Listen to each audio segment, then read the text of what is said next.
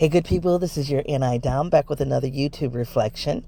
And this is a personal journal for contemplative people looking to think, grow, and have impact in the world.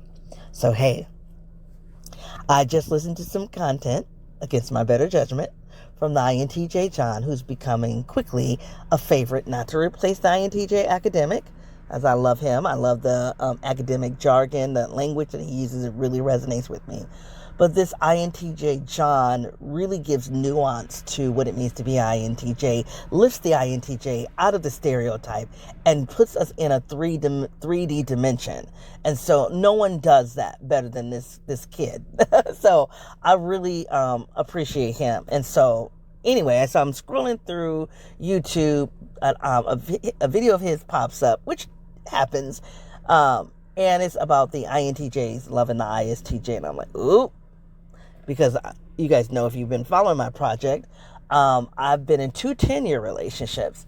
The second one was with an ISTJ, and that one ended 5 years ago, and we're good. It was such a significant experience, and it took a long time for me to get over that relationship. And structurally, forget emotionally, but structurally, it took me some time. And so when I saw that on this in my feed, I'm like, you don't really need to listen to that. You already know what it was like to love an ISTJ. We don't need to listen to that. And so then something was like, go back and listen to what the INTJ John has to say, because he adds so much nuance. So I did.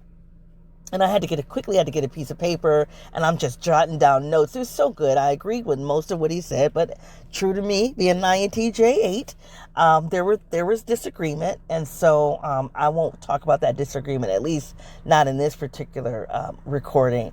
But there are 13 things on my paper. I'm not going to be able to get through all of that because YouTube, my account only allows me to do 15 minutes, or that's what I've committed to doing 15-minute reflections. So we're going to just hit the first 2 things on the list. Now, I might turn this into a series, or I might just bring this into the primary podcast, because there's just so much unpacking here from a cultural perspective. Forget the relationship I was in. I think that there's something I'm dealing with culturally with the SI that I've been wrestling with, and his content kind of resonates with me. So without further ado, let me do my disclaimers quickly, and then I'm going to try to hit the first 2 of the 13 things on the list, okay? If you're new to this project, this is a personal journal where I process my inner and my outer worlds. I do so by using personality theory. The 2 theories that I use the most are the Myers-Briggs and the Enneagram. Pushing those 2 systems together, I identify as an INTJ 8. There are a number of other disclaimers that I give in the full form reflection, which I do on the podcast. But the YouTube is a short form reflection, so we're going to bypass a number of disclaimers. So one other thing I want to share with you, if you're new to me, is that this project is unedited and is unscripted. So it is a short form or not, it is free form reflection, and so you get what you get. All right. If you want to know more about this project or me, you can go to my website at yournidom.wordpress.com. And you can check out my long form reflection on the podcast, Your NIDom. Okay. So the first thing on the list, he says that when you meet an ISTJ or an INTJ, you meet us through the TE. You get to know us through the FI. That has so much goodness on it. I'm going to call that delicious. That it has a lot on there. And for me, if you've been following the podcast, I'm in season 6 of the podcast, which started in February. I've been talking about being in the middle of 2 storms that are like bumping up against each other. And one storm is relating to work, and the other storm is relating to family. My organization is closing, and that is causing a lot of at the job, a lot of emotions. And then there's somebody in my family very close to me that's dealing with cancer. And of course, that's causing a lot of emotions. And so going through those 2 things at the same time has really occupied most of season 6. All right. Okay. So as I'm listening to him say that you get to know us through the TE, you meet us through the TE, you get to know us through the FI, that is explaining how I'm showing up in both of those storms, okay? So let's talk about the work storm. I have never had a job that has felt so emotional in my life. And I have to be honest, and this is hard for me to say, I've talked about it in the podcast, but I'm not happy about this. I have expressed so much emotion in this job that I'm like, what is that? It has really caused me to be curious about that. So I have come up with a number of theories. Now, this is before I listened to John today, but let me tell you the theories I came up with, why I've shown so much emotion in the job. Number one, and this is, if you are, one of the disclaimers that I cut out is that I'm an educator and a social scientist. In the work, in the last 2 years, in the last 2 years, I have been paid to talk about equity-related issues. As a social scientist, I've done equity work my whole life before it was called equity. But in the last 2 years, that is actually part of my job title, to do equity work. In saying that, I have a very comfortable talking about social constructs such as race and class and gender and all of that, which makes some people in the typology community uncomfortable. So if that's you, you're not going to like this next part of what I'm going to say. I just want to give you the heads up. All right, with that out the way, let me say this. I work in a predominantly white female organization. And when I say predominantly white female organization, everybody is a white woman except 2 white men and 4 women of color, and that includes me. Okay, so it is a white female organization. Now, sociologically speaking, as a pattern, there is a way that white women have been socialized by society, by both race and gender. We're not even going to factor in class because that's also prevalent in my workspace, but I'm not going to touch that. With that being said, there are certain sensibilities that show up in this space that impact you. So it's a lot of there's a white woman emotionality to the organization. So that's one thing that has impacted me. The other thing that has impacted me is that I come from intergenerational trauma, which is another disclaimer that I usually say in the long form reflection on the podcast. And I come from generational trauma on both sides. So through my father, which was more physical, and then through my mom, which was more emotional.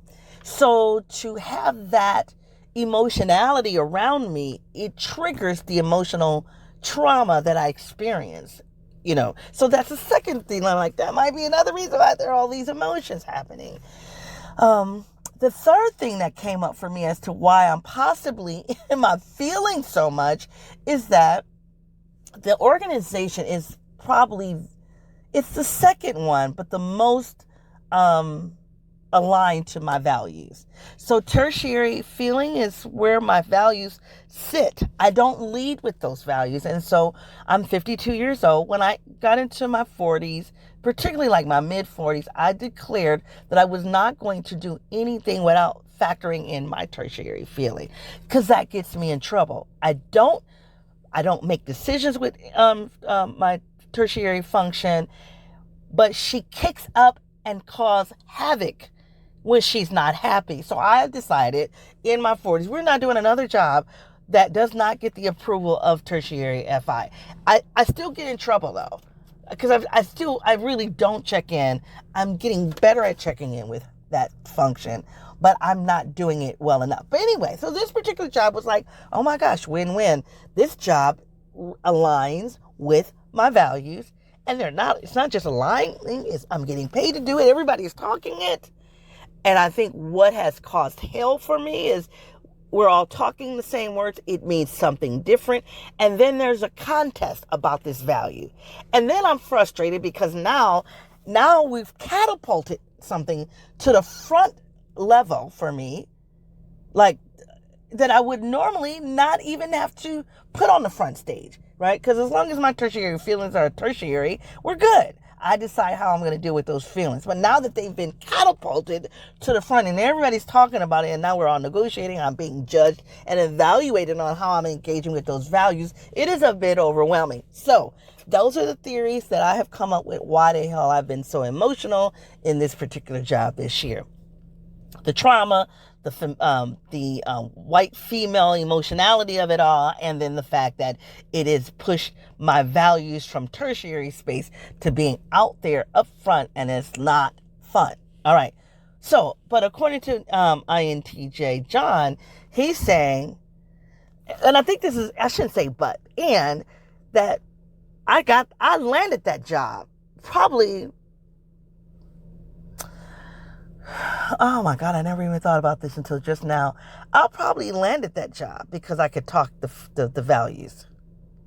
I could go into my tertiary stack, my tertiary function, and I could talk those values, right? Which he says ISTJs do a better job than INTJs, because ISTJs, because they have that sensor function, they can name those values, which I would agree with that. But because I am a social scientist and this is what I do for a living, and I have a 3 degrees where I've had to learn the vocabulary of it, I can talk these particular values. I've studied them, this particular work.